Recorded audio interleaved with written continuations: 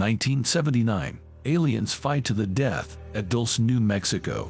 In 1979, Dulce, New Mexico, a battle erupted between a group of large gray aliens and the military. Many lives were lost. Phil Schneider, engineer, advised that he was one of 3 people who survived a shootout that occurred in 1979 at an underground military base in Dulce, New Mexico, between representatives of American intelligence services and aliens. Philip Schneider was born on April 23, 1947.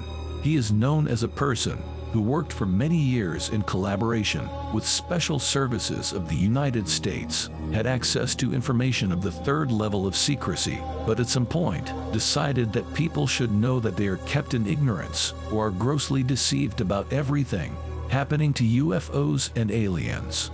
Few people had taken the stories of Phil Schneider seriously until he was found dead. At the same time, the circumstances of his death indicated that Phil had been brutally dealt with. Phil got higher education at an engineering school and later became a geological engineer.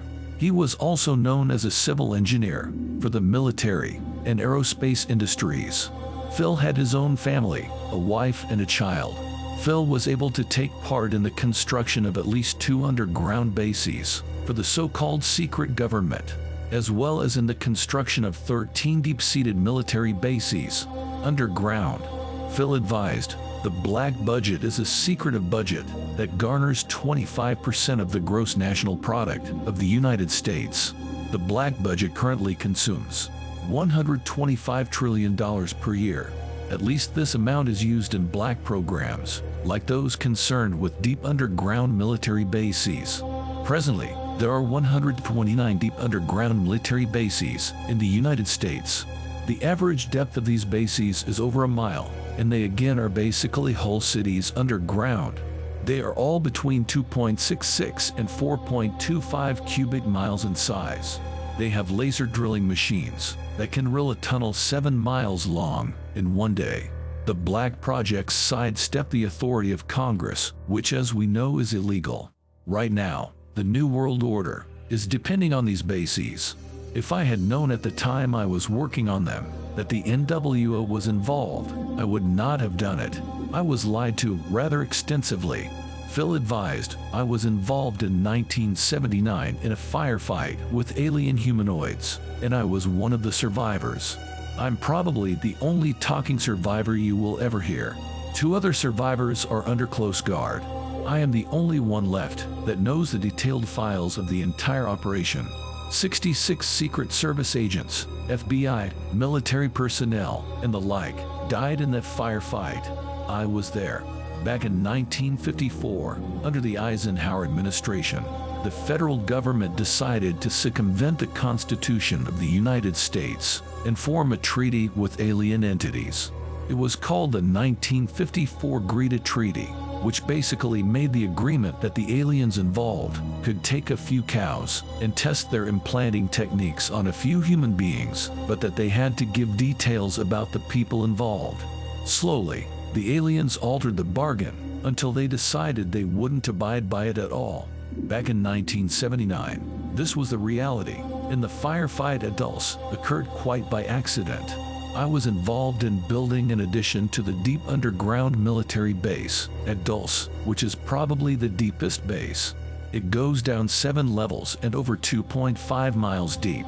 At that particular time, we had drilled 4 distinct holes in the desert, and we were going to link them together and blow out large sections at a time. My job was to go down the holes and check the rock samples, then recommend the explosive to deal with a particular rock. As I was headed down there, we found ourselves amidst a large cavern that was full of outer space aliens, otherwise known as large grays. I shot 2 of them. At that time, there were 30 people down there. About 40 more came down after this got started, and all of them got killed. We had surprised a whole underground base of existing aliens. Later, we found out that they had been living on our planet for a long time, perhaps 1,000,000 years. This could explain a lot of what is behind the theory of ancient astronauts. Anyway, I got shot in the chest with one of their weapons, which was a box on their body, that blew a hole in me and gave me a nasty dose of cobalt radiation. I have had cancer because of that. Seeing how such projects are financed, for whom they are being built, and that the basic rights of the people, as well as the U.S. Constitution, was being violated, in 1994, Phil broke off relations with the American Intelligence Services. After that, Phil began working as an ordinary geologist, combining work with revelatory performances. He talked about underground bases, top-secret alien technologies, and the threat to humanity that those who seek to establish a new world order in the direction of aliens hostile to people carry with them. To popularize the information disclosed in the last 2 years of his life, Phil spoke a lot in public, traveling around the United States and Canada, and visited England and Japan. He criticized the government, which keeps its citizens in the dark. Phil Schneider also claimed that there had been repeated attempts to kill him after he told what he knew. These were attacks with weapons, attempts to push him onto the highway, and even attacks during street fights. On January 17, 1996, Phil Schneider was found dead in his house in Wilsonville, Oregon. He was lying on the floor next to the piano, and a tube from his own catheter was wound around his neck. By the time of his death, Phil Schneider was very poor in health due to a serious illness. Suicide was called the official cause of death, although, according to some reports, there were signs of torture on the body. Many ufologists believe that representatives of U.S. intelligence simply removed Schneider because he knew too much. Source: Ray posted and summarized from Vicky Verma at journalnews.com. My take: it's funny that it's really difficult to find much on the internet about Philip Schneider anymore.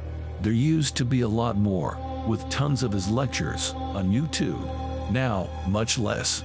I wonder what happened to it all. Now, for a little bit of fun.